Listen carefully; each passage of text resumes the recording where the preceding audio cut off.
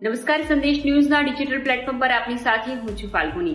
દરરોજ આપના ફાયદાની વાત લઈને આવીએ છીએ, ત્યારે આજે ફાયદાની વાતમાં આપણે વાત કરીશું કે જો તમારો મોબાઈલ ચોરાઈ જાય તો તમારા મોબાઈલમાંથી યુપીઆઈ આઈડીને કેવી રીતે ડીએક્ટિવેટ કરવું।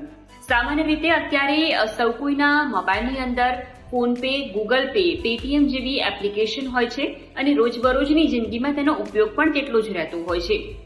ત્યારે આપણો મોબાઈલ ચોરાઈ જાય ત્યારે સૌથી પહેલા એ જ વિચાર આવે કે હવે યુપીઆઈ આઈડીને કેવી રીતે આપણે ડીએક્ટિવેટ કરી શકીએ। તો એના માટે સરળ ઉપાય છે।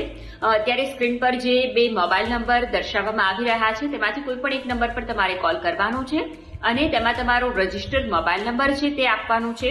ત્યારબાદ ઓટીપી માટેનો ઓપ્શન તમને જણાવવામાં આવશે। જો કે મોબાઈલ નંબર તમારી પાસે છે પરંતુ તમારો મોબાઈલ ચોરાઈ ગયો હોવાથી ઓટીપી તમને નહીં મળે, જેથી તમારે મોબાઈલ ચોરાયાની જે વિગત છે તે આપવાની રહેશે।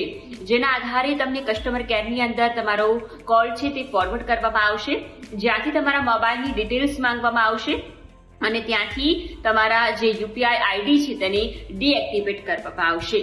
આ સરળ ઉપાય છે। મહત્વનું છે કે ફોન પે, ગૂગલ પે અને પેટીએમ તમામ માટે અલગ અલગ નંબર છે તે પણ સ્ક્રીન પર મેન્શન કરેલા છે, જેથી કરીને સરળતા રહે। આ સિવાય તમારે પોલીસ સ્ટેશનની અંદર તમારા મોબાઈલ ગુમ થયાની એફઆઈઆર પણ નોંધાવવી જોઈએ। નમસ્કાર।